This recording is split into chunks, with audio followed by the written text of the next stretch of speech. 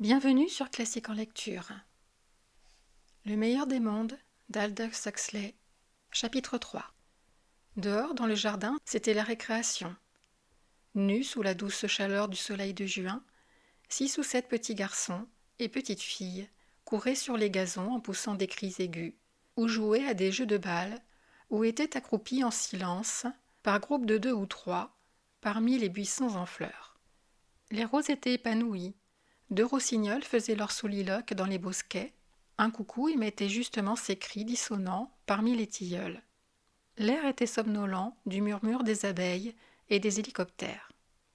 Le directeur et ses étudiants s'arrêtèrent quelque temps à observer une partie de bagatelle centrifuge.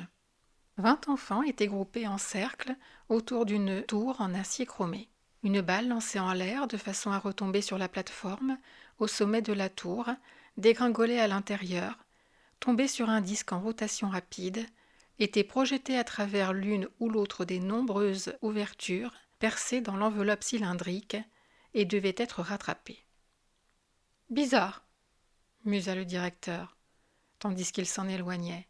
« Bizarre de songer que, même au temps de notre Ford, la plupart des jeux se jouaient sans plus d'accessoires qu'une balle ou 2 balles, avec quelques bâtons et peut-être un bout de filet. Rendez-vous compte de la sottise qu'il y a à permettre aux gens de jouer à des jeux compliqués qui ne font absolument rien pour accroître la consommation. C'est de la folie. De nos jours, les administrateurs ne donnent leur approbation à aucun jeu nouveau, à moins qu'il ne puisse être démontré qu'il existe au moins autant d'accessoires que le plus compliqué des jeux existants. Il s'interrompit. « Voilà un petit groupe charmant, dit-il, tendant le doigt. » Dans un creux herbeux entre 2 hautes masses de bruyère méditerranéenne, 2 enfants, un petit garçon d'environ 7 ans et une petite fille, qui pouvait avoir 1 an de plus, s'amusaient fort gravement avec toute l'attention concentrée de savants plongés dans un travail de découverte à un jeu sexuel rudimentaire. « Charmant, charmant !» répéta sentimentalement le déhissé. « Charmant !» disent poliment les jeunes gens pour marquer leur accord. Mais leur sourire était un peu protecteur. Il y avait trop peu de temps qu'ils avaient mis au rencard les amusements enfantins de ce genre pour qu'ils pussent les contempler maintenant sans une pointe de mépris. Charmant, mais ce n'était qu'un couple de mioches prenant leurs ébats, rien de plus. Des mioches, tout bonnement. « J'ai toujours l'impression, » continua le directeur, du même ton un peu sentimental, lorsqu'il fut interrompu par des « ouh » vigoureux. D'un buisson voisin sortit une infirmière, tenant par la main un petit garçon qui hurlait, tout en marchant. Une petite fille lui trottait sur les talons avec un air inquiet. « Qu'est-ce qu'il y a ?» demanda le directeur. L'infirmière haussa les épaules. « Pas grand-chose, » répondit-elle. « C'est tout simplement ce petit garçon qui ne semble guère disposé à prendre part aux jeux érotiques ordinaires. Je l'avais déjà remarqué précédemment, 1 fois ou 2, et voilà qu'il recommence aujourd'hui. Il vient de se mettre à hurler. »« Je vous assure, » répondit la petite fille à l'air inquiet, que je n'avais pas l'intention de lui faire mal. En aucune manière, je vous assure. »« Cela va de soi, ma mignonne, dit l'infirmière, d'un ton rassurant. De sorte que, reprit-elle, s'adressant de nouveau au directeur, je l'emmène chez le surveillant adjoint de psychologie, simplement pour voir s'il n'a pas quelque chose d'anormal. C'est très bien, dit le directeur. Menez-la chez le surveillant. Toi, tu vas rester ici, petite, ajouta-t-il, comme l'infirmière s'éloignait avec le sujet, toujours hurlant, confié à ses soins. Comment t'appelles-tu ? Polly Trotsky. C'est un nom excellent, ma foi, dit le directeur. Sauve-toi maintenant, et va voir si tu peux trouver un autre petit garçon pour jouer avec toi.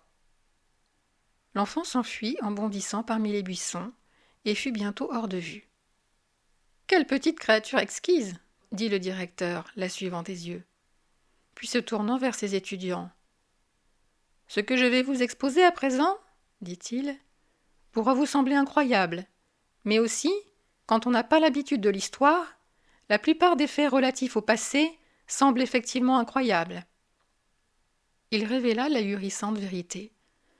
Pendant une très longue période, avant l'époque de notre Ford, et même au cours de quelques générations postérieures, les jeux érotiques entre enfants avaient été considérés comme anormaux.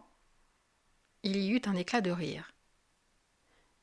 Et non pas seulement comme anormaux, mais comme positivement immoraux. Non. et ils avaient en conséquence été rigoureusement réprimés. Le visage de ses auditeurs prit un air d'incrédulité étonnée. Quoi, les pauvres petits gosses n'avaient pas le droit de s'amuser? Ils ne parvenaient pas à le croire. Les adolescents même, disait le DIC. Les adolescents comme vous. Ce n'est pas possible. À part un peu d'auto-héroïsme et d'homosexualité, pratiquée en cachette, absolument rien. Rien. Dans la plupart des cas, jusqu'à ce qu'ils eussent plus de 20 ans. 20 ans, firent les étudiants en écho, en un cœur bruyant de scepticisme. 20 ans, répéta le directeur. Je vous ai dit que vous trouveriez cela incroyable. Mais qu'arrivait-il? Demandèrent-ils. Quels étaient les résultats? Les résultats étaient terribles. Une voix profonde et sonore s'interposa dans le dialogue et les fit sursauter. Ils se retournèrent. Sur le bord du petit groupe se tenait un étranger, un œil de taille moyenne, aux cheveux noirs, au nez crochu, aux lèvres rouges et charnues, aux yeux très sombres et perçants. « Terrible !» répéta-t-il. Le DIC s'était à ce moment assis sur l'un des bancs d'acier caoutchoutés qui étaient commodément disséminés parmi les jardins. Mais à la vue de l'étranger, il se remit debout d'un bond et se précipita en avant, les mains tendues, souriant avec effusion de toutes ses dents. « Monsieur l'administrateur, quel plaisir inattendu! Mes amis, à quoi pensez-vous donc? Voici l'administrateur, voici sa forderie Mustapha Meunier. » Dans les 4000 pièces du centre, les 4000 pendules électriques sonnèrent simultanément 4 heures. Des voix désincarnées retentirent, sortant des pavillons, des haut-parleurs. Repos pour l'équipe principale du jour. Pour la deuxième équipe de jour, au travail. Repos pour l'équipe principale de... Dans l'ascenseur montant au vestiaire, Henry Foster et le directeur adjoint de la prédestination tournèrent le dos avec assez d'attention à Bernard Marx du bureau de psychologie. Ils se détournèrent de cette réputation désagréable. Le ronflement et le fracas léger des machines agitaient toujours l'air cramoisi du dépôt des embryons. Les équipes avaient beau aller et venir, un visage couleur de lupus faisait place à un autre. Majestueusement, à jamais, les transporteurs continuaient leur marche lente, avec leur chargement d'hommes et de femmes à venir. Lénina Krohn se dirigea d'un bon pas vers la porte. « Sa forderie Mustapha Meunier !» Les yeux des étudiants qui le saluèrent saillirent presque hors de leur tête. Mustapha Meunier, l'administrateur résident de l'Europe occidentale.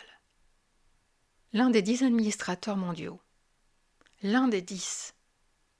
Et il s'asseyait sur le banc avec le DIC. Il fallait rester là, oui.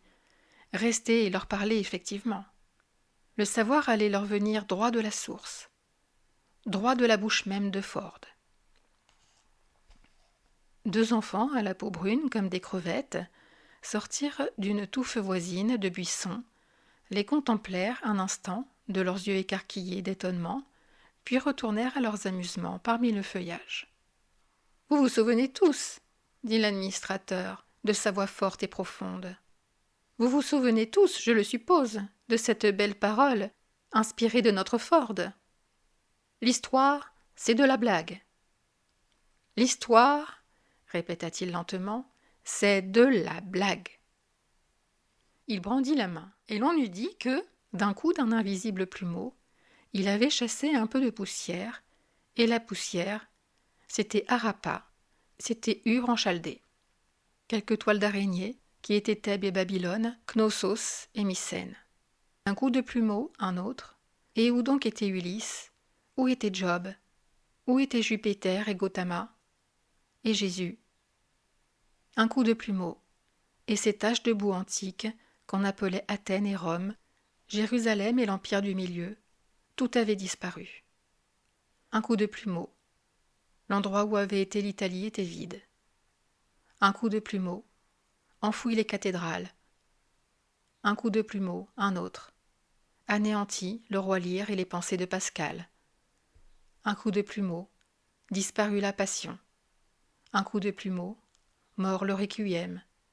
Un coup de plumeau, fini la symphonie. un coup de plumeau. « Vous allez au cinéma 100 ans ce soir, Henri ?»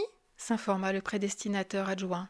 « J'ai entendu dire que le nouveau film de l'Alhambra est de premier ordre. Il y a une scène d'amour sur un tapis en peau d'ours. On dit que c'est merveilleux.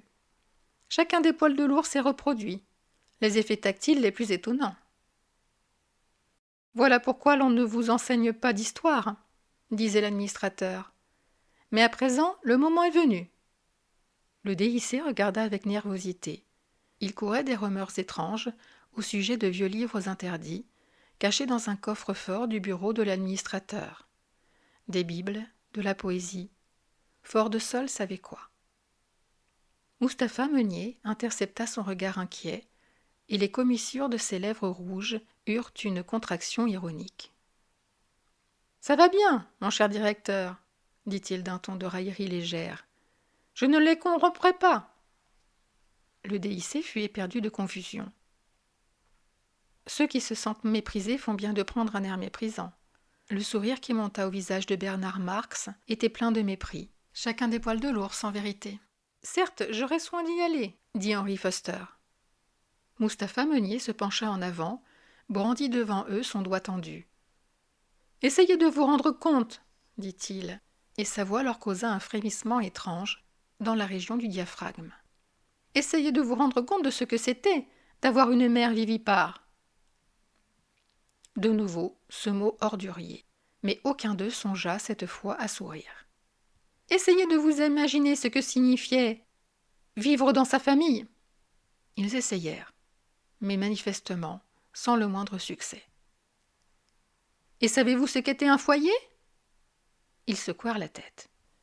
Quittant la pénombre rouge de son sous-sol, Lénina Krohn fit brusquement l'ascension de 17 étages, tourna à droite en sortant de l'ascenseur, enfila un long couloir et ouvrant une porte marquée « Vestiaire des dames », plongea dans un chaos assourdissant de bras, de poitrine et de dessous. Des torrents d'eau chaude remplissaient, en les éclaboussant, sans baignoire, ou s'en écroulaient avec un bruit de glouglou. Ronflant et aspirant, 80 appareils de vibromassage par le vide étaient simultanément en train de pétrir et de sucer la chair ferme et hâlée de 80 exemplaires superbes d'humanité féminine. Chacune d'elles parlait à pleine voix. Une machine à musique synthétique roucoulait un solo de super cornet à piston. « Tiens, Fanny !» dit Lénina à la jeune femme, qui avait les patères et les casiers contigus aux siens. Fanny travaillait dans la salle de mise en flacon, et son nom de famille était également Krohn. Mais comme les 2 millions d'habitants de la planète n'avaient pour eux tous que 2000 noms, la coïncidence n'avait rien de particulièrement surprenant. Lénina tira sur les fermetures éclairs, vers le bas sur la tunique, vers le bas, d'un geste des 2 mains, sur les 2 qui maintenaient le pantalon, vers le bas encore une fois, pour dégager son vêtement de dessous. Gardant toujours ses souliers et ses bas, elle se dirigea vers les salles de bain. Le foyer, la maison, quelques pièces exiguës dans lesquelles habitaient, tassés, à s'y étouffer, un homme, une femme périodiquement grosse, une marmaille, garçons et filles, de tous âges.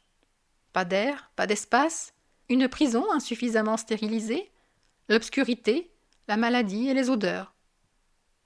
L'évocation présentée par l'administrateur était si vivante que l'un des jeunes gens, plus sensible que les autres, fut pris de pâleur, rien qu'à la description, et fut sur le point d'avoir la nausée. Lénina sortit du bain, s'essuya avec la serviette, saisit un long tube flexible, raccordé à un ajutage ménagé dans le mur, s'en présenta l'embouchure devant la poitrine, comme si elle voulait se suicider, appuya sur la gâchette. Une bouffée d'air tiédi la saupoudra de talc le plus fin. Il y avait une distribution de 8 parfums différents et d'eau de Cologne au moyen de petits robinets au-dessus de la cuvette du lavabo. Elle ouvrit le 3e à partir de la gauche, s'imprégna de chypre et, portant à la main ses bas et ses souliers, sortit pour voir si l'un des appareils de vibromassage par le vide était libre. Et le foyer était aussi malpropre psychiquement que physiquement. Psychiquement, c'était un terrier à lapin, une fosse à purin, échauffé par les frottements de la vie qui s'y entassait, et tout fumant des émotions qui s'y exaltaient. Quelles intimités suffocantes, Quelle relation dangereuse, insensée, obscène, entre les membres du groupe familial. Pareil à une folle furieuse, la mère couvait ses enfants. Ses enfants. Elle les couvait comme une chatte à ses petits. Mais comme une chatte qui parle, une chatte qui sait dire et redire maintes et maintes fois « Mon bébé, mon bébé, mon bébé !» et puis « Oh oh, sur mon sein les petites mains !» Cette faim et ce plaisir indiciblement douloureux, jusqu'à ce qu'enfin mon bébé s'endorme. Que mon bébé s'endorme, une bulle de lait blanc au coin de sa bouche. Mon petit bébé dort. Oui, dit Mustapha Meunier, en hochant la tête. C'est à juste titre que vous pouvez frémir. Avec qui sortez-vous ce soir? Demanda Lénina, revenant de son vibromassage, comme une perle illuminée de l'intérieur, rose et luisante. Avec personne. Lénina arqua les sourcils d'étonnement. Voilà quelque temps que je ne me sens pas très bien, expliqua Fanny. Le docteur Wells m'a conseillé de prendre un succès d'année de grossesse. Mais ma petite, vous n'avez que 19 ans. Le premier succès d'année de grossesse n'est obligatoire qu'à 21 ans. Je le sais, ma petite, mais il y a des gens qui se portent mieux en commençant plus tôt. Le docteur Wells m'a dit que les brunes au pelvis large, comme moi, devaient prendre leur premier succès d'année de grossesse à 17 ans, de sorte qu'en réalité, je suis en retard, et non pas en avance, de 2 ans. Elle ouvrit la porte de son casier et montra du doigt la rangée de boîtes et de fioles étiquetées qui s'alignaient sur le rayon supérieur. Sirop de Corpus luteum. Lénina lut les noms à haute voix. Ovarine garantie fraîche. Ne doit pas être utilisé plus tard que le 1er août de l'année NF 632. Extrait de glande mammaire, à prendre 3 fois par jour avant les repas avec un peu d'eau. Placentine pour injection intraveineuse à dose de 5 cc tous les 3 jours. Pouah, fit Lénina avec un frisson. Comme je déteste ça, les intraveineuses. Et vous? Moi aussi, mais quand elles vous font du bien. Fanny était une jeune fille particulièrement raisonnable. Notre Ford, ou notre Freud, comme pour quelque raison impénétrable, il lui plaisait de s'appeler chaque fois qu'il parlait de questions psychologiques. Notre Freud a été le premier à révéler les dangers épouvantables de la vie de famille. Le monde était plein de pères et était par conséquent plein de misère. Plein de mères et par conséquent de toute espèce de perversion, depuis le sadisme jusqu'à la chasteté. Plein de frères, de sœurs, d'oncles, de tantes, plein de folies et de suicides. Et pourtant, chez les sauvages de Samoa, dans certaines villes de la côte de la Nouvelle-Guinée, le soleil tropical enveloppait comme de miel tiède les corps nus d'enfants s'ébattant en commun parmi les fleurs d'hibiscus. Le foyer, c'était n'importe laquelle des 20 maisons aux toits de palme. Dans les îles Trobriand, la conception était l'œuvre des esprits ancestraux. Personne n'avait jamais entendu parler d'un père. « Les extrêmes, dit l'administrateur, se touchent pour l'excellente raison qu'on les a amenés à se toucher. » Le docteur Wells prétend que 3 mois de traitement de succès d'année de grossesse subis maintenant se fera une différence énorme à ma santé pour les 3 ou 4 années à venir. Eh bien, j'espère qu'il a raison, dit Lénina. Mais Fanny, entendez-vous réellement dire que pendant les 3 mois à venir, vous êtes censée ne pas... Oh non, ma petite, rien qu'une semaine ou 2, pas davantage. Je passerai la soirée au club, à jouer au bridge musical. Vous sortez, vous, je suppose? Lénina fait oui d'un signe de tête. Avec qui? Henry Foster. Encore? Le visage de Fanny, plutôt rond et plein de bonté, prit une expression incongrue, d'étonnement peiné et désapprobateur. Vous voulez vraiment me dire que vous sortez encore, toujours avec ce Henry Foster? Des pères et des mères, des frères et des sœurs, mais il y avait aussi des maris, des épouses, des amants. Il y avait aussi la monogamie et les sentiments romanesques. Bien que, probablement, vous ne sachiez pas ce que c'est que tout cela, dit Mustapha Meunier. Ils hochèrent la tête en dénégation. La famille, la monogamie, le romanesque, partout le sentiment de l'exclusif, partout la concentration de l'intérêt sur un seul sujet, une étroite canalisation des impulsions et de l'énergie. « Mais chacun appartient à tous les autres, dit-il en conclusion. citant le proverbe hypnopédique. Les étudiants acquiescèrent d'un signe de tête, marquant vigoureusement leur accord sur une affirmation que plus de 62 000 répétitions leur avaient fait accepter, non pas simplement comme vraie, mais comme axiomatique, évidente en soi, totalement indiscutable. « Mais après tout, Protesta Lénina. Il n'y a guère qu'environ 4 mois que j'ai Henri. »« Que 4 mois ? Ça me plaît. Et, de plus, Continua Fanny, pointant vers elle un doigt accusateur. Il n'y eut personne en dehors de Henri, pendant tout ce temps, n'est-ce pas ? » Lénina devint rouge écarlate, mais ses yeux, le ton de sa voix, demeurèrent pleins de défi. « Non, il n'y a eu personne d'autre. » répondit-elle, presque avec colère. « Et je ne vois vraiment pas pourquoi il aurait dû y en avoir. » Ah, elle ne voit vraiment pas pourquoi il aurait dû y en avoir, répéta Fanny, comme si elle s'adressait à un auditeur invisible, derrière l'épaule gauche de Lénina. Puis, changeant soudain de ton. « Mais sérieusement, dit-elle, je trouve véritablement que vous devriez faire attention. C'est si affreusement mal porté de se conduire comme ça, avec un seul homme. À 40 ans, ou 35 ans, ce ne serait pas si mal. Mais à votre âge, Lénina. Non, vraiment, ça ne se fait pas. Et vous savez combien le DIC est opposé à tout ce qui est intense ou qui traîne en longueur. 4 mois avec Henry Foster, sans avoir un autre homme, mais il serait furieux s'il le savait. représentez-vous de l'eau sous pression dans un tuyau. Ils se la représentèrent. Je le perce 1 fois, dit l'administrateur. Quel jet? Il le perça 20 fois. Il y eut 20 petits jets d'eau mesquins. Mon bébé, mon bébé. Maman, la folie est contagieuse. Mon amour, mon petit, mon seul petit, mon trésor, mon trésor. Mère, monogamie, romanesque. La fontaine gicle bien haut. Le jet est impétueux et blanc d'écume. L'ardeur n'a qu'une seule issue. Mon amour, mon bébé.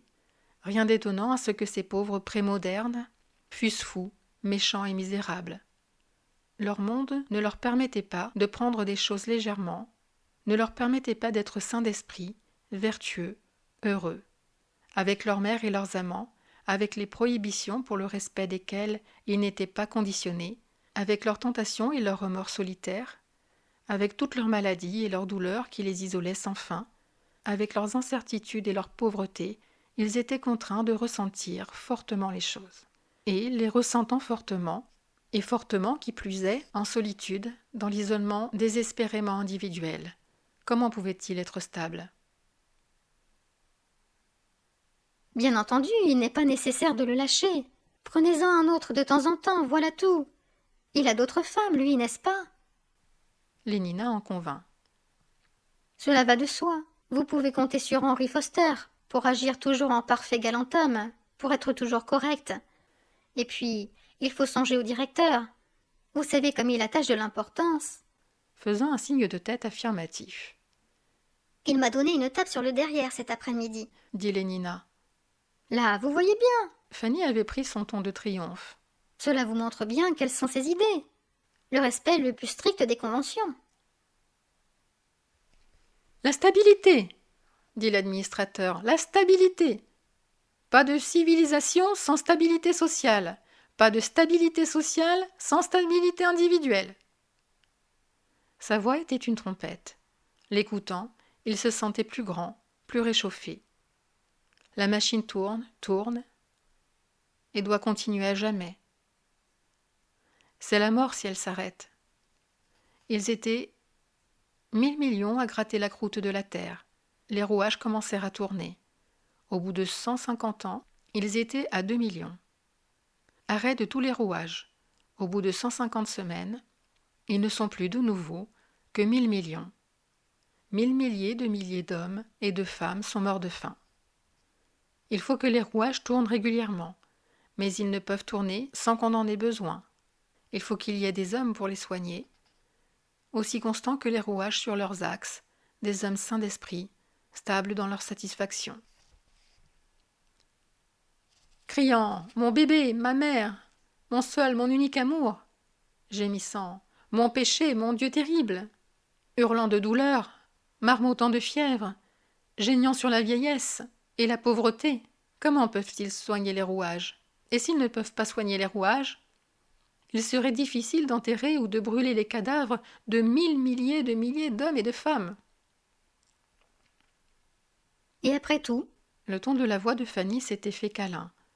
ce n'est pas comme s'il y avait quelque chose de douloureux ou de désagréable dans le fait d'avoir 1 ou 2 hommes en dehors de Henri. Et dans ces conditions, vous devriez vraiment être un peu plus accessible à tous. La stabilité, insista l'administrateur. La stabilité. Le besoin fondamental et ultime. La stabilité. D'où tout ceci. D'un geste de la main, il indiqua les jardins, l'énorme bâtiment du centre de conditionnement, les enfants nus cachés dans les buissons ou courant sur les gazons. Lénina hocha la tête. « Je ne sais pas comment cela se fait, dit-elle, musant. Mais voilà quelque temps que je ne me sens pas beaucoup de goût pour être accessible à tous. Il y a des moments où l'on ne se sent pas...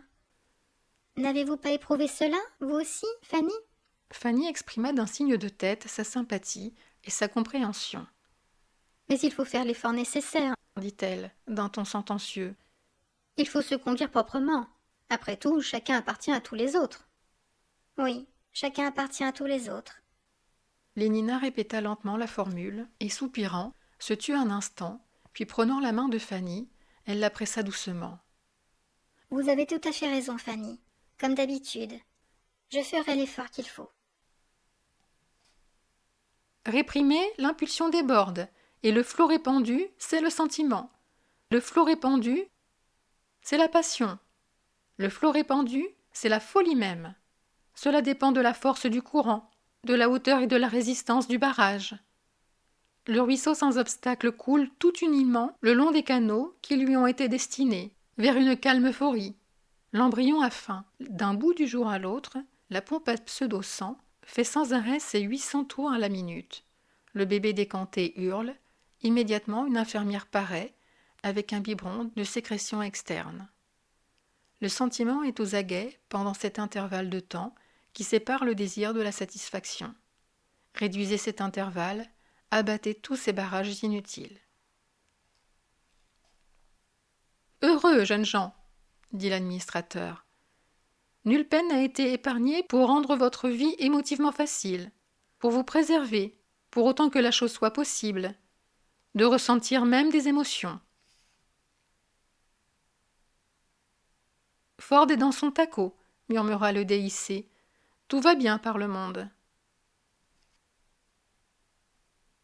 Lénina Krohn, dit Henry Foster, répétant en écho la question posée par le prédestinateur adjoint pendant qu'il rattachait la fermeture éclair de son pantalon. Oh, c'est une fille magnifique, merveilleusement pneumatique. Je m'étonne que vous ne l'ayez pas vue. Je ne sais pas comment cela se fait, dit le prédestinateur adjoint. Je l'aurai certainement, à la première occasion. De sa place, de l'autre côté de la même travée du vestiaire, Bernard Marx surprit ce qu'il disait et pâlit. Puis, à vrai dire, fit Lénina, je commence à ressentir une pointe d'ennui, à n'avoir personne que Henri tous les jours. Elle enfila son bas gauche.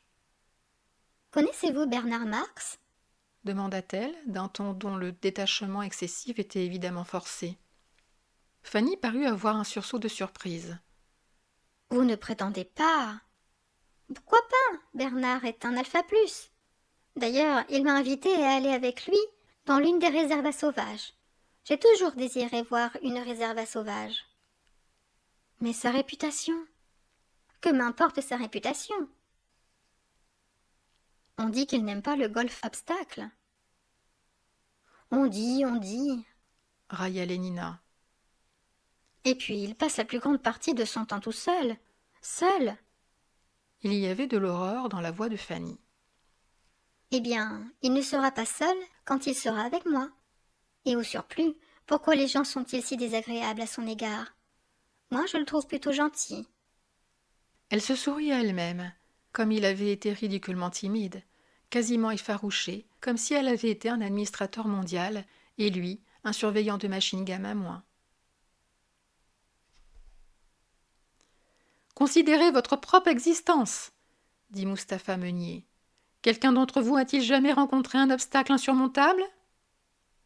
La question reçut en réponse un silence négatif. Quelqu'un d'entre vous a-t-il été forcé de subir un long intervalle de temps entre la conscience d'un désir et sa satisfaction ? Eh bien, commença l'un des jeunes gens, puis il hésita. Parlez, dit le déhissé. Ne faites pas attendre sa forderie. Une fois, il m'a fallu attendre près de 4 semaines qu'une jeune fille que je désirais me permit de la prendre. Et vous avez ressenti en conséquence une forte émotion ? C'était horrible. Horrible, précisément, dit l'administrateur. Nos ancêtres étaient si bêtes et avaient la vue si courte que lorsque les premiers réformateurs vinrent leur offrir de les libérer de ces émotions horribles, ils refusèrent d'avoir aucun rapport avec eux. Ils parlent d'elle comme si elle était un morceau de viande. Bernard grinça des dents. Je l'ai eu par-ci, je l'ai eu par-là, comme du mouton. Il la dégrade au rang d'une quantité équivalente de mouton. Elle m'a dit qu'elle réfléchirait, et elle a dit qu'elle me rendrait réponse cette semaine. Oh, Ford, Ford, Ford. Il aurait eu plaisir à marcher sur eux et à leur taper sur la figure, à taper dur, à coups redoublés. Oui, je vous conseille vraiment de l'essayer, disait Henry Foster. Prenez le cas de l'octogénèse. Feistner et Kawaguchi en avaient élaboré la théorie complète, mais les gouvernements daignèrent y jeter un regard. Non, il y avait quelque chose qui s'appelait le christianisme. Il fallut que les femmes continuassent à être vivipares. « Il est si laid, dit Fanny. Mais il a un air qui me plaît plutôt. Et puis si petit. » Fanny fit la grimace. La petitesse était une chose si horriblement, si typiquement propre aux castes inférieures. « Moi, je le trouve plutôt gentil, » dit Lénina. « On éprouve l'envie de le câliner. Vous savez bien, comme un chat. » Fanny fut scandalisée. « On dit que quelqu'un s'est trompé quand il était encore en flacon, qu'on a cru qu'il était un gamin, et qu'on a mis de l'alcool dans son pseudo-sang.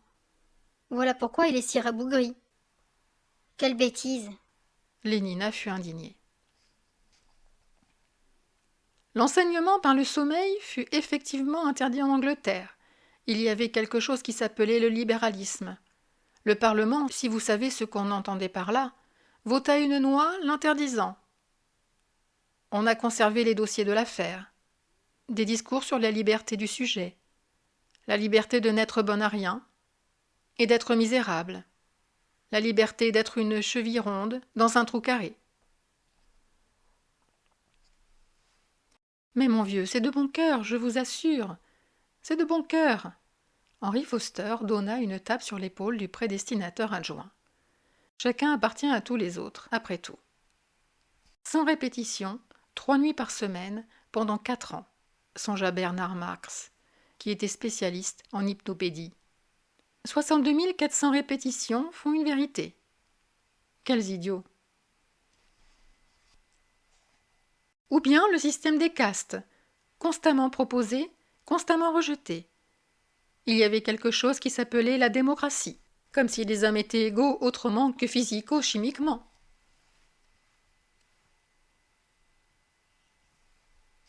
Eh bien, tout ce que je peux dire, c'est que je vais accepter son invitation. Bernard les détestait. Mais ils étaient deux, ils étaient grands, ils étaient forts. La guerre de 9 ans commença en l'an 141 de NF. Pas même si c'était vrai, cette histoire d'alcool dans son pseudo-sang. Le phosgène, la chloropicrine, l'audioacétate d'éthyle, la diphénylcyanarcine, le chloroformiate de trichlorméthyline, le sulfure de dichloréthyle, sans parler de l'acide cyanhydrique. Chose que je me refuse tout bonnement à croire, dit Lénina pour conclure. Le bruit de 14 000 avions s'avançant en ordre de bataille, mais dans le Kurfürstendamm et dans le 8e arrondissement, l'explosion des bombes à anthrax est à peine plus bruyante que l'éclatement d'un sac en papier. parce que j'ai vraiment envie de voir une réserve à sauvages. C'est H3, C6, H2, entre parenthèses NO2 plus NG, CNO3, égale quoi en somme? Un énorme trou dans le sol, un amas de maçonnerie, quelques fragments de chair et de mucus, un pied encore chargé de sa chaussure, volant en l'air et retombant, flac, au milieu des géraniums écarlates. Quel spectacle splendide cet été-là! Vous êtes incorrigible, Nina. Je renonce à m'occuper de vous. La technique russe pour contaminer les approvisionnements était particulièrement ingénieuse. Se tournant le dos, Fanny et Lénina continuèrent en silence à changer de vêtements. La guerre de 9 ans, le grand effondrement économique. Il y avait le choix entre l'administration mondiale et la destruction, entre la stabilité et... Fanny Kron aussi est une jeune fille gentille, dit le prédestinateur adjoint. Dans les pouponnières, la leçon élémentaire de sentiment des classes sociales était terminée. Les voix adaptaient la demande future à la future offre industrielle. « Comme j'aime à voler en avion !» murmurait-elle. « Comme j'aime à voler en avion ! Comme j'aime à avoir des vêtements neufs ! Comme j'aime à... » Le libéralisme, bien entendu, avait péri sous l'anthrax, mais malgré tout, on ne pouvait pas accomplir les choses par la violence. Elle est loin d'être aussi pneumatique que Lénina. Oh, très loin. « Mais les vieux habits sont affreux !» continuait l'infatigable murmure. « Nous jetons toujours les vieux habits. Mieux vaut finir qu'entretenir. Mieux vaut finir... » Pour gouverner, il s'agit de siéger, et non pas d'assiéger. On gouverne avec le cerveau, et avec les fesses, jamais avec les poings. Par exemple, il y eut le régime de la consolation obligatoire. « Voilà, je suis prête, » dit Lénina. Mais Fanny continuait à demeurer muette et à lui tourner le dos. « Faisons la paix, ma petite Fanny. » Chaque homme, chaque femme et chaque enfant avait l'obligation de consommer tant par an, dans l'intérêt de l'industrie. Le résultat... Mieux vaut finir qu'entretenir. Plus on reprise, moins on se grise. Plus on reprise... Un de ces jours, dit Fanny en appuyant tristement, il vous arrivera une sale histoire. L'objection de conscience sur une échelle énorme. N'importe quoi. Pour ne pas consommer. Le retour à la nature. Comme j'aime à voler en avion. Comme j'aime à voler en avion. Le retour à la culture. Oui, vraiment, à la culture. On ne peut pas consommer grand-chose si l'on reste tranquillement assis à lire des livres. « Est-ce que je suis bien comme ça ?» demanda Lénina. Sa tunique était de drap vert bouteille à l'acétate, avec de la fourrure verte à la viscose, aux manchettes et au col. 800 pratiquants de la vie simple furent fauchés par des mitrailleuses à Golders Green. Mieux vaut finir qu'entretenir. Mieux vaut finir qu'entretenir. Une culotte courte en velours vert à côtes et des bas de laine à la viscose rabattus sous le genou. Puis il y eut le célèbre massacre du British Museum. 2000 fanatiques de culture gazés avec du sulfure de dichloréthyle. Une casquette de jockey verte et blanche protégeait les cheveux de Lénina. Ses souliers étaient verts vifs et vigoureusement brillants. En fin de compte, dit Mustapha Meunier, les administrateurs se rendent compte de l'inefficacité de la violence.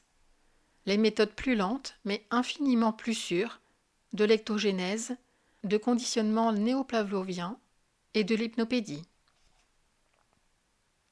Et autour de la taille, elle portait une cartouchière verte en pseudo-maroquin à garniture d'argent, bourrée, car Lénina n'était pas neutre, de préservatifs.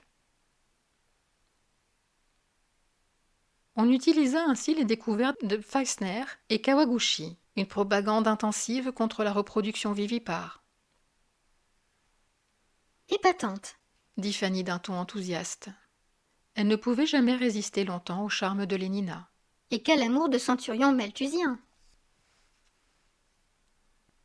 Accompagnée d'une campagne contre le passé, de la fermeture des musées, de la destruction des monuments historiques, que l'on fit sauter, heureusement, la plupart d'entre eux avaient déjà été détruits au cours de la guerre de 9 ans, de la suppression de tous les livres publiés avant l'an 150 de NF. « Il faut absolument que je m'en procure un pareil, » dit Fanny. Il y avait des choses du nom de pyramide, par exemple. Ma vieille cartouchière en vernis noir. Et un homme du nom de Shakespeare. Vous n'en avez jamais entendu parler, naturellement. Elle est absolument hideuse, ma vieille cartouchière. Tels sont les avantages d'une éducation vraiment scientifique. Plus on reprise, moins on se grise. Plus on reprise, moins... L'introduction du premier modèle en T de notre Ford. Il y a près de 3 mois que je l'ai. Choisi comme date d'origine de l'ère nouvelle. Mieux vaut finir qu'entretenir. Mieux vaut finir... Il y avait une chose, comme je l'ai déjà dit, qui s'appelait le christianisme. Mieux vaut finir qu'entretenir. L'éthique et la philosophie de la sous-consommation. Comme j'aime à avoir des vêtements neufs. Comme j'aime à avoir des vêtements neufs. Comme j'aime. Absolument essentiel au moment de la sous-production. Mais dans l'ère des machines et de la fixation de l'azote, véritable crime contre la société. C'est Henry Foster qui m'en a fait cadeau. On coupa le sommet de toutes les croix pour en faire des thés. Il y avait aussi une chose appelée Dieu. C'est du véritable pseudo-marocain. À présent, nous avons l'État mondial, et les céramiques du jour de Ford, et les champs en commun, et les offices de solidarité. Ford, comme je les déteste, songeait Bernard Marx. Il y avait une chose appelée ciel, mais il buvait néanmoins des quantités énormes d'alcool. Comme autant de viande, comme autant de viande. Il y avait une chose appelée l'âme, et une chose appelée l'immortalité. Demandez donc à Henri où il l'a acheté. Mais il prenait de la morphine et de la cocaïne. Et ce qui rend la chose encore plus pénible, c'est qu'elle se considère elle-même comme de la viande.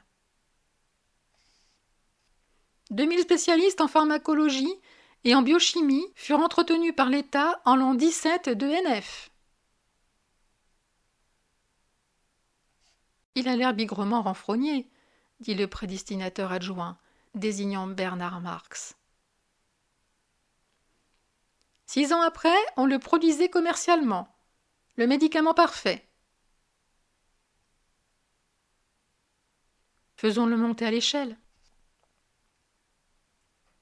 Euphorique, narcotique, agréablement hallucinant.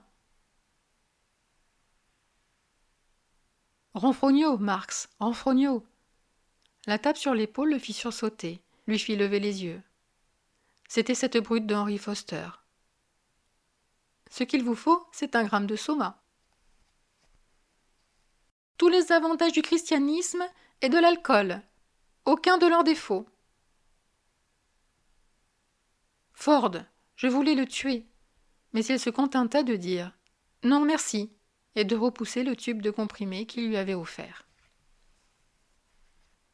Vous vous offrez un congé hors de la réalité chaque fois que vous en avez envie, et vous revenez sans le moindre mal de tête ni la moindre mythologie.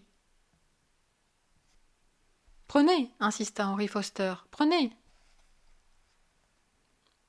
La stabilité était pour ainsi dire assurée. Avec 1 centricube, guérit 10 sentiments, dit le prédestinateur adjoint, citant une formule de sagesse hypnopédique élémentaire. Il ne restait qu'à vaincre la vieillesse.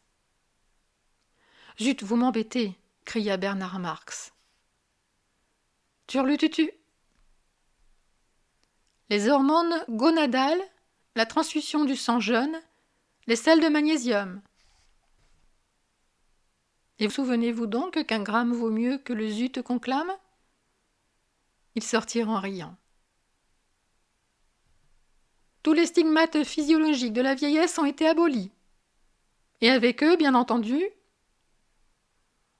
N'oubliez pas de l'interroger au sujet de ce centurion malthusin, dit Fanny. Avec eux, toutes les particularités mentales du vieillard. Le caractère demeure constant pendant toute la durée de vie. Que je fasse avant la nuit 2 tours de golf obstacle, il faut que je m'envole. Au travail, au jeu, à 60 ans, nos forces et nos goûts sont ce qu'ils étaient à 17 ans. Les vieillards, aux mauvais jours anciens, renonçaient, se retiraient, s'abandonnaient à la religion, passaient leur temps à lire, à penser. À penser. Idiot, cochon, se disait Bernard Marx, descendant le couloir vers l'ascenseur. À présent, voilà le progrès. Les vieillards travaillent, les vieillards pratiquent la copulation, les vieillards n'ont pas un instant, pas un loisir, à arracher au plaisir, pas un moment pour s'asseoir et penser, ou si jamais par quelque hasard malencontreux, une semblable crevasse dans le temps s'ouvrait béante, dans la substance solide de leur distraction, il y a toujours le soma délicieux, 1 demi-gramme pour un répit d'une journée, 1 gramme pour un week-end, 2 grammes pour une excursion dans l'Orient somptueux, 3 pour une sombre éternité sur la Lune, d'où au retour il se trouve sur l'autre bord de la crevasse, en sécurité sur le sol ferme des distractions et du labeur quotidien, se précipitant de cinéma sentant en cinéma sentant, de femme en femme pneumatique, des terrains de golf électromagnétique en... « Va-t'en, petite !» cria le déhissé d'un ton irrité. « Va-t'en, petit ! Vous ne voyez donc pas que sa forderie est occupée ? Allez faire ailleurs vos jeux érotiques. » « Pauvre petit !» dit l'administrateur.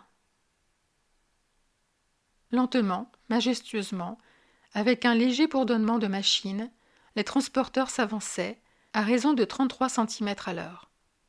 Dans la rouge obscurité scintillaient d'innombrables rubis. Chapitre 4. L'ascenseur était bondé d'hommes venant des vestiaires des Alphas, et l'entrée de Lénina fut accueillie par nombre de signes de tête et de sourires amicaux. C'était une jeune fille que tout le monde appréciait, et soit à un moment, soit à un autre, elle avait passé une nuit à peu près avec tous.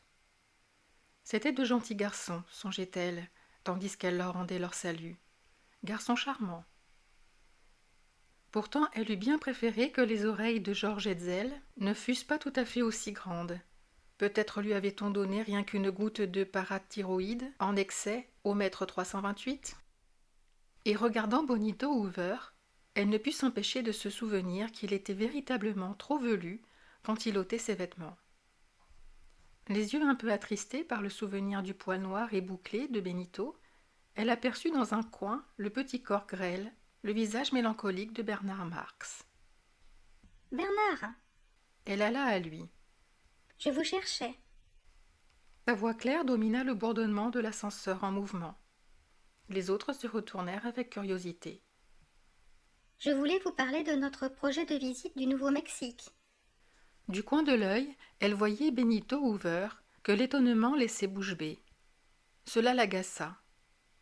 Il est étonné que je n'aille pas mendier auprès de lui le droit de l'accompagner de nouveau, dit-elle intérieurement.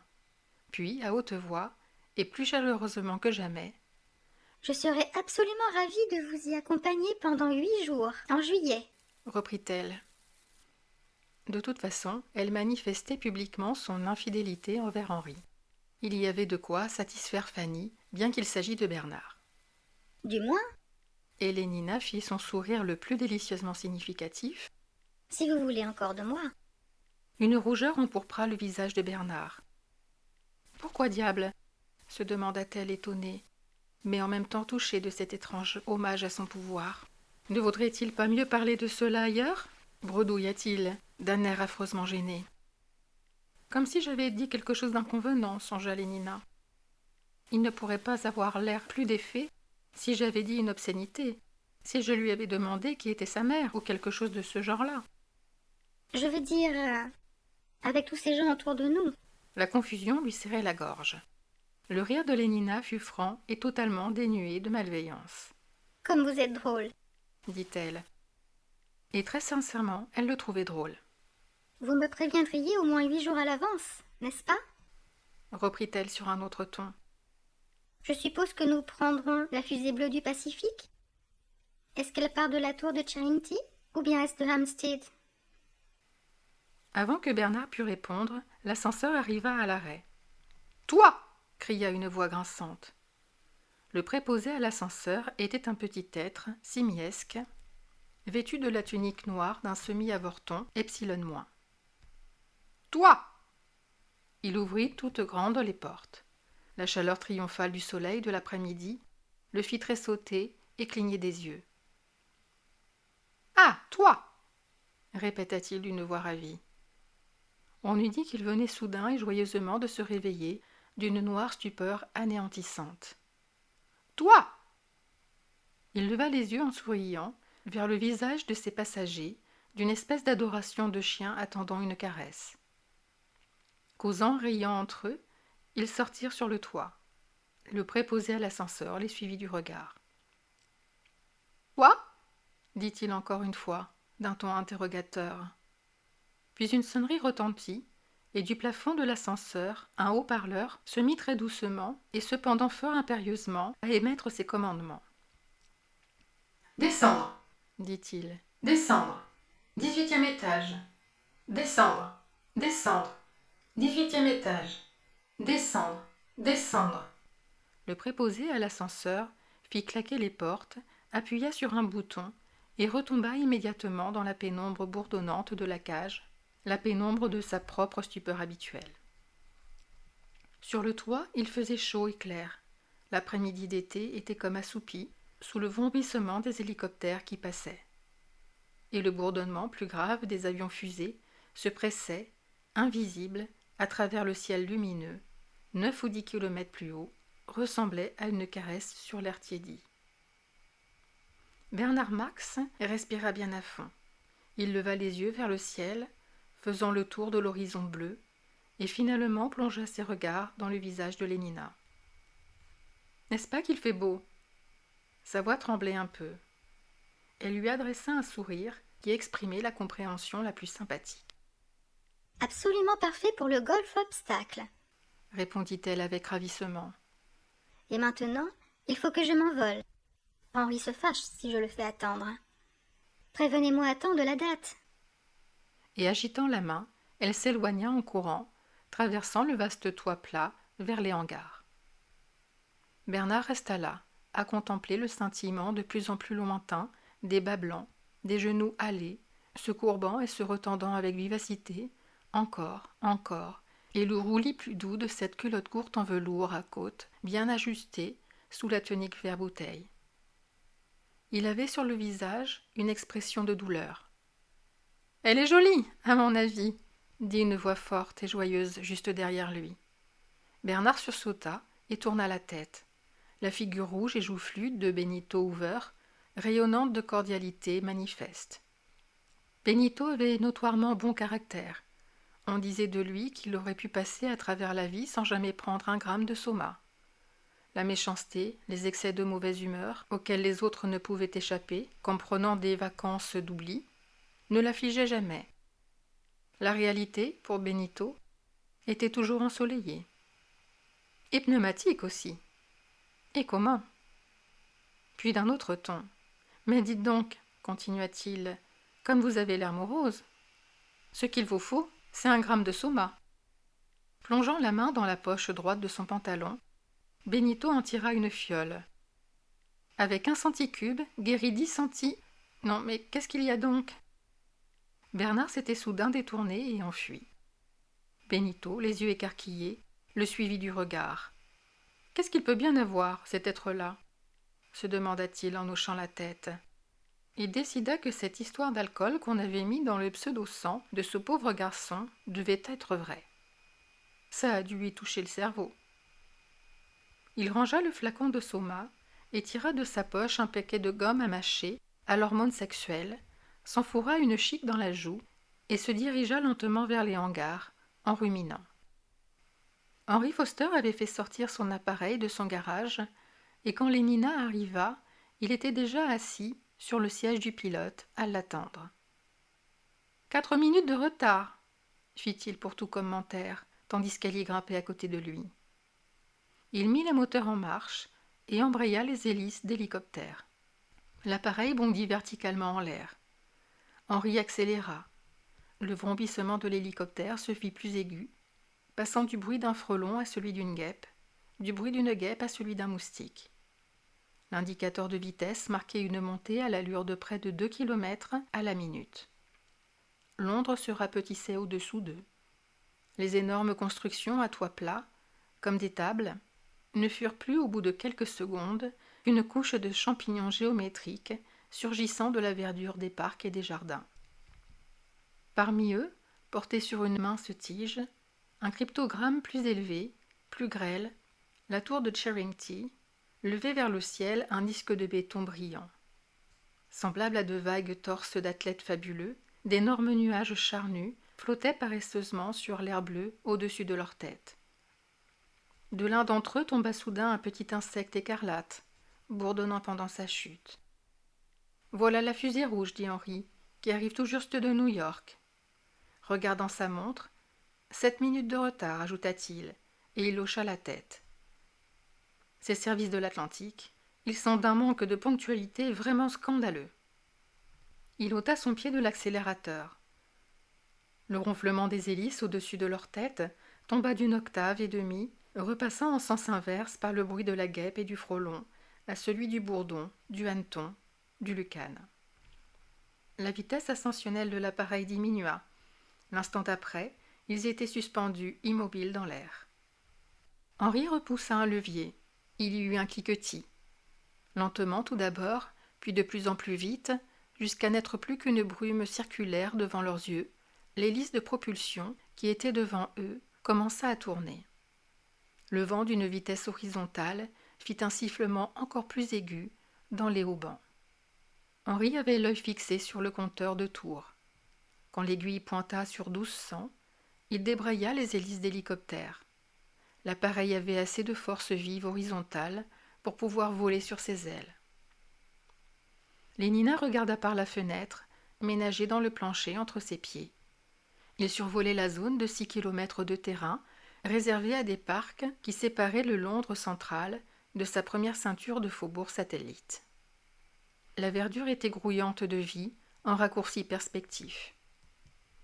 Des forêts de tours à bagatelles centrifuges luisaient parmi les arbres. Près de Shepherd's Bush, 2000 couples de bêta-moins jouaient au tennis en double mix sur des surfaces de Riemann. Une double rangée de terrains, de pelotes escalators, bordait la grande route depuis Notting Hill jusqu'à Willesden. Au stade d'Ealing se donnait une fête de gymnastique et des chants en commun pour Delta. « Quelle couleur hideuse que le kaki !» observa Lénina, exprimant les préjugés hypnopédiques de sa caste. Les bâtiments du studio de cinéma Santan de Honlow couvraient 7 hectares et demi. Près de là, une armée de travailleurs en noir et en kaki était occupée à revitrifier la surface de la grande route occidentale. On ouvrait l'orifice de coulée de l'un des énormes creusets mobiles au moment où il le survolait. La pierre fondue se déversait sur la route en un flot à l'aveuglante incandescence. Les rouleaux compresseurs en amiante allaient et venaient. À la queue d'une arroseuse thermique isolée, la vapeur s'élevait en nuages blancs. À Brentford, l'usine de la compagnie générale de télévision ressemblait à une petite ville. « Ils doivent être en train de changer les équipes, » dit Lénina. Tels des aphidiens et des fourmis, les filles gamma en vert-feuille, les semis-avortons en noir, se pressaient autour des entrées ou faisaient la queue pour prendre leur place dans les tramways à monorail. Des bêta-moins, couleur de mur, allaient et venaient parmi la foule. Le toit du bâtiment principal était vivant de l'arrivée et du départ des hélicoptères. « Bigre, » dit Lénina. « Je suis joliment contente de ne pas être une gamma. » 10 minutes plus tard, ils étaient à Stockport et avaient commencé leur premier tour de golf-obstacle. Tenant les yeux la plupart du temps baissés, et s'il tombait par hasard sur un de ses congénères, les détournant immédiatement et furtivement, Bernard se hâta de traverser le toit. Il ressemblait à un homme qui serait poursuivi, mais poursuivi par des ennemis qu'il ne désire pas voir, de peur qu'ils ne lui paraissent encore plus hostiles même qu'il n'avait osé supposer, et qu'il n'en éprouve une sensation de plus grande culpabilité et de solitude encore plus abandonnée. Cet affreux Benito Hoover! Et pourtant, ce garçon avait agi dans une bonne intention, en somme, ce qui était encore pire à considérer la chose sous un certain angle. Ceux qui avaient de bonnes intentions se conduisaient de la même manière que ceux qui en avaient de mauvaises. Même Lénina le faisait souffrir. Il se rappela ces semaines d'indécision timide, au cours desquelles il l'avait contemplée, désirée, en désespérant d'avoir jamais le courage de la demander. Oserait-il braver le risque d'être humilié par un refus méprisant? Mais si elle allait dire oui, quel bonheur délirant! Et voilà qu'elle l'avait dit, et il était toujours misérable. Misérable parce qu'elle avait trouvé que c'était un après-midi si parfait pour le golf-obstacle, parce qu'elle s'en était allée, sans plus, rejoindre Henry Foster, parce qu'elle l'avait trouvé drôle de ne pas vouloir parler en public de leurs affaires les plus personnelles. Misérable, en un mot, parce qu'elle s'était conduite comme doit le faire toute jeune Anglaise, saine et vertueuse, et non pas de quelque autre manière, anormale et extraordinaire. Il ouvrit la porte de son garage privé et commanda à 2 employés d'Altamoin, qui feignantaient, de venir pousser son appareil sur le toit. Les hangars étaient desservis par un seul groupe Bokanovski, et ces hommes étaient jumeaux, identiquement petits, noirs et hideux. Bernard lança ses commandements du ton vif, un peu arrogant et même offensant, de quelqu'un qui ne se sent pas trop assuré de sa supériorité. Avoir affaire à des représentants des classes inférieures était toujours, pour Bernard, une sensation fort pénible, car quelle qu'en fût la cause, et il se peut fort bien que les potins qui couraient autour du sujet de l'alcool dans son pseudo-sang aient été exacts, il arrive toujours des accidents malgré tout. Le physique de Bernard ne valait guère mieux que celui du gamin moyen. Il avait 8 cm de moins que la taille réglementaire des alphas et était mince en proportion. Le contact avec des représentants des classes inférieures lui rappelait toujours douloureusement cette insuffisance physique. Je suis moi, et je voudrais bien ne pas l'être. Le sentiment du moi était, chez lui, vif et désolant. Chaque fois qu'il se trouvait dévisagé, un delta, à hauteur de ses yeux, au lieu de baisser le regard, il se sentait humilié. Cet être-là le traiterait-il avec le respect dû à sa caste? Cette question l'obsédait. Et non sans raison, car les gammas, les deltas et les epsilon ont été jusqu'à un certain point conditionnés de façon à associer la masse corporelle avec la supériorité sociale. Certes, un léger préjugé hypnopédique en faveur de la taille était universel, d'où le rire des femmes à qui il faisait des propositions, les tours que lui jouaient ses égaux parmi les hommes.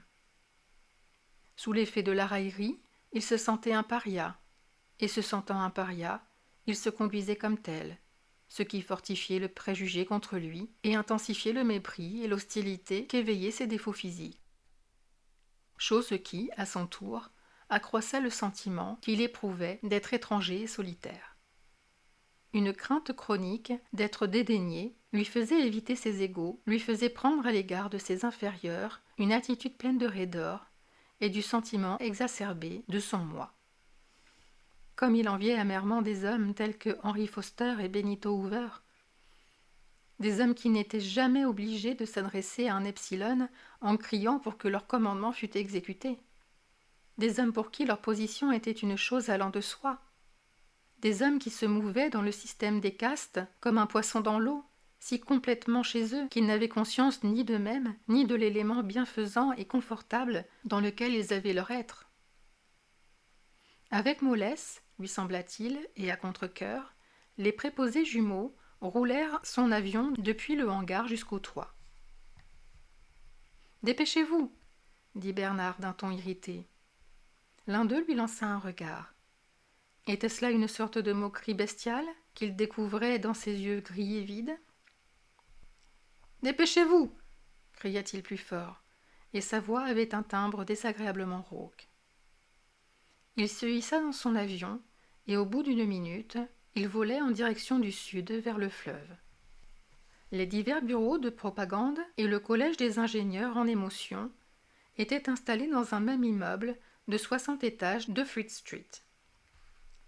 Au sous-sol et aux étages inférieurs se trouvaient les presses et les bureaux des 3 grands journaux de Londres, le Radio Horaire, Feuille pour Castres supérieur, la Gazette des Gammas, vert pâle, et, sur papier kaki et exclusivement en mots d'une syllabe, le Miroir des Deltas. Puis venant successivement les bureaux de propagande par télévision, par cinéma sentant, par la voix et par la musique synthétique, qui occupaient 22 étages. Au-dessus, il y avait les laboratoires d'études et les chambres capitonnées, dans lesquelles les enregistreurs de sons et les compositeurs synthétiques effectuaient leur travail délicat. Les 18 étages supérieurs étaient occupés par le collège des ingénieurs en émotion. Bernard atterrit sur le toit de la maison de la propagande et descendit de son appareil. « Téléphonez à monsieur Helmholtz Watson », ordonna-t-il au portier Gamma Plus, et dites-lui que monsieur Bernard Marx l'attend sur le toit. Il s'assit et alluma une cigarette. Helmholtz était en train d'écrire quand le message lui parvint. « Dites-lui que j'y vais tout de suite, dit-il, et il raccrocha le récepteur. Puis, se tournant vers sa secrétaire, « Je vous laisse le soin de ranger mes affaires, continua-t-il du même ton officiel et impersonnel. Et feignant de ne pas remarquer son sourire lumineux, il se leva et se dirigea d'un bond vers la porte. C'était un homme puissamment bâti, à la poitrine profonde, large d'épaules, massif et cependant vif dans ses mouvements, élastique et agile. Le pilier rond et solide de son cou soutenait une tête de forme admirable. Ses cheveux étaient sombres et bouclés, ses traits fortement marqués.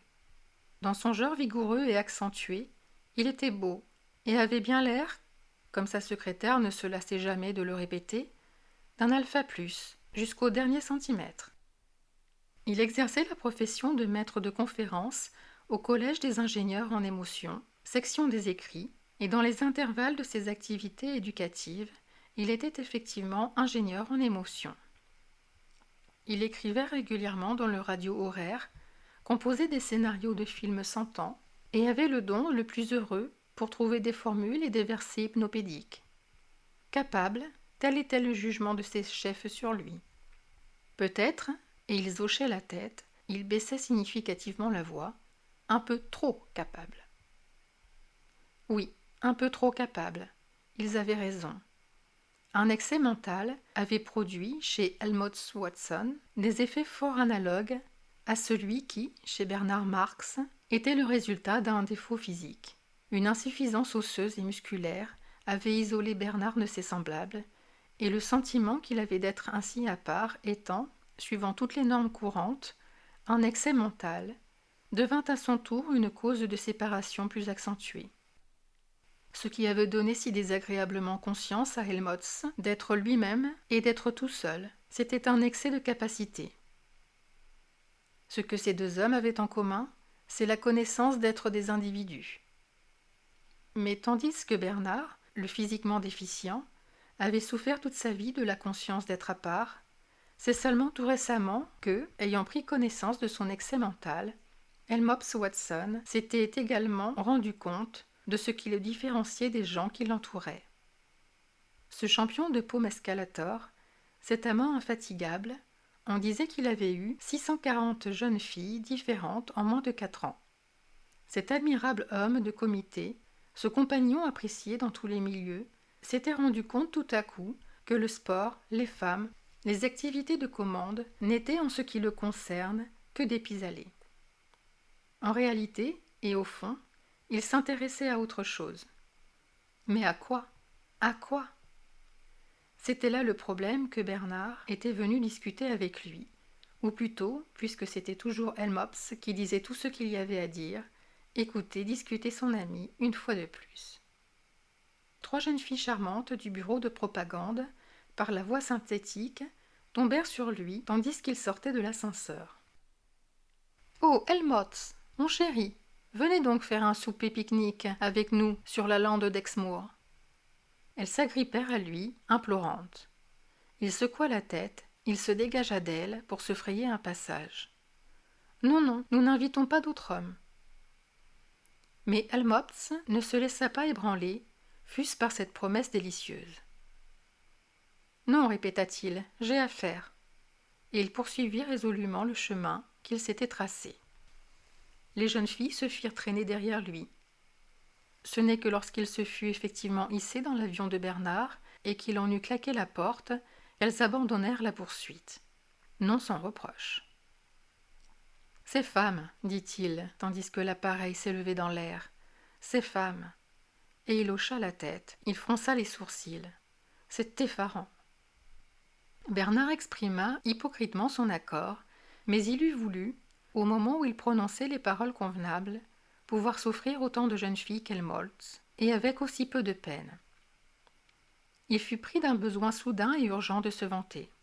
« Je vais emmener Lénina Krohn avec moi au Nouveau-Mexique, dit-il, du ton le plus banal qu'il lui fut possible de prendre. « Vraiment ?» dit Helmholtz, avec une absence totale d'intérêt. Puis au bout d'une petite pause. « Voilà 1 semaine ou 2, reprit-il, que j'ai abandonné tous mes comités et toutes mes femmes. Vous ne vous imaginez pas quelle histoire ils en ont faite au collège. N'empêche que ça en a valu la peine, il me semble. Les effets... » Il hésita. « Eh bien, ils sont bizarres. Ils sont fort bizarres. » Une insuffisance physique pouvait produire une espèce d'excès mental. Le processus était apparemment réversible. L'excès mental pouvait produire, à ses fins personnelles, la cécité et la surdité volontaire, de la solitude délibérément voulue, l'impuissance artificielle de l'ascétisme. La fin de la petite course en avion s'accomplit en silence. Une fois arrivés et confortablement allongés sur les canapés pneumatiques de la chambre de Bernard, Helmholtz revint à la charge, parlant très lentement. « Avez-vous jamais éprouvé, demanda-t-il, la sensation d'avoir en vous quelque chose qui n'attend, pour sortir, que l'occasion que vous lui en donnerez? Quelque excès de puissance dont vous n'avez pas l'emploi? Vous savez bien, comme toute l'eau qui se précipite dans les chutes au lieu de passer au travers des turbines. » Il dirigea sur Bernard un regard interrogateur. « Vous voulez dire toutes les émotions qu'on pourrait ressentir si les choses étaient autres ?»